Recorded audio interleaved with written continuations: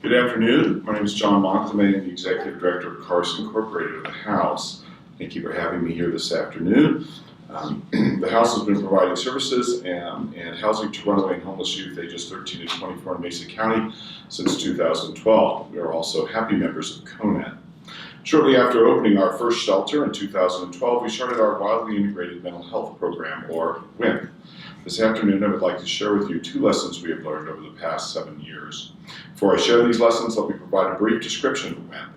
WIMP provides youth with the opportunity to meet possible therapists informally. Our therapists visit facilities to make s'mores, to introduce the youth to their puppies, or to work on art projects. During these times, clinicians are identified by their first names and they spend informal time building rapport with youth. At this stage of the program, case managers and advocates simultaneously work on day-to-day goals like education and employment. Inevitably, the youth will encounter barriers or show that they are anxious, depressed, or suffering the ill effects of trauma. At this point, the worker will suggest that the youth have coffee with the therapist. Nearly all first appointments are held in local coffee shops where therapists buy the youth a beverage of their choice. In the first few meetings, youth complete assessments, sign confidentiality agreements. Ongoing appointments are almost always held in parks, in CARS program homes, or in coffee houses, and most appointments are scheduled and rescheduled and scheduled once again using text or messenger applications. All of this takes place in a dense mental health culture.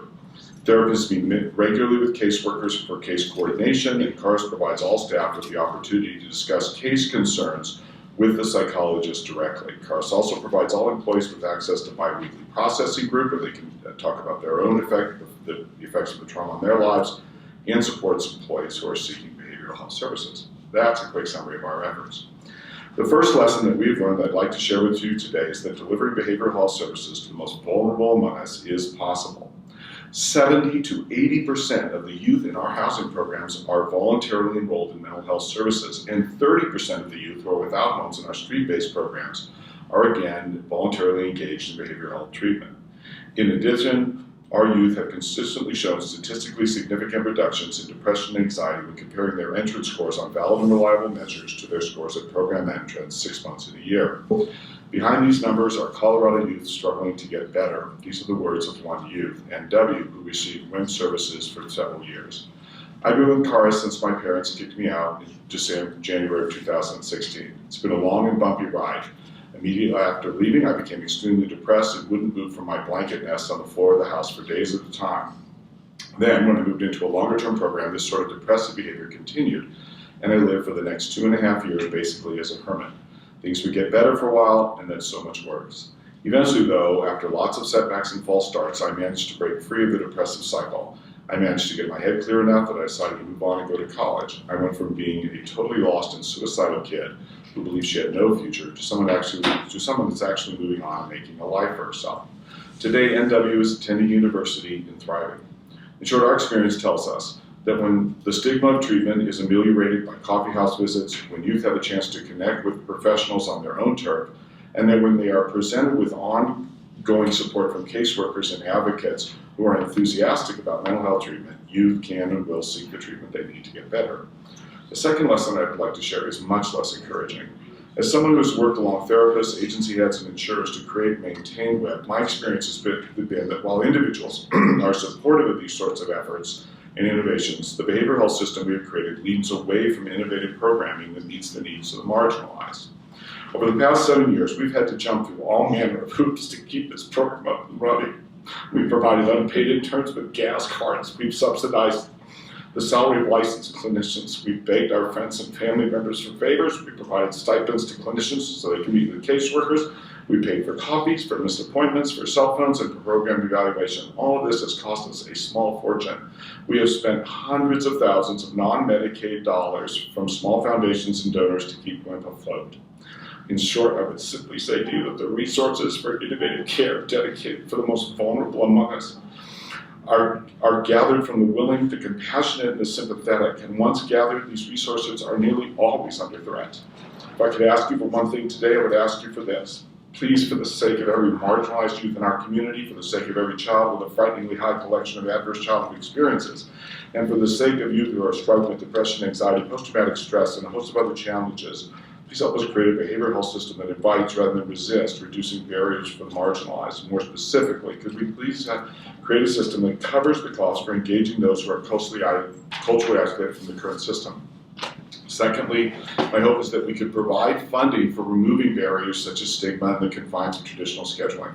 And finally, could we create a system that insists on consistent, reliable sources of funding so that gifted providers, people who have put years in with homeless youth who are LGBTQ and in transition, and who are well able to meet the unique needs of this special population, can do the work without interruption? Again, I thank you for having me. I thank you for your work. I'm sorry I have to rattle on like this. It's tough to talk this quickly. And I assure you that we at CARS remain committed to a behavioral health system that is as strong as the promise and hopes in the youth we serve. Thank you. So thank you for your testimony and thank you for your transparency. It's hard for me to hear that.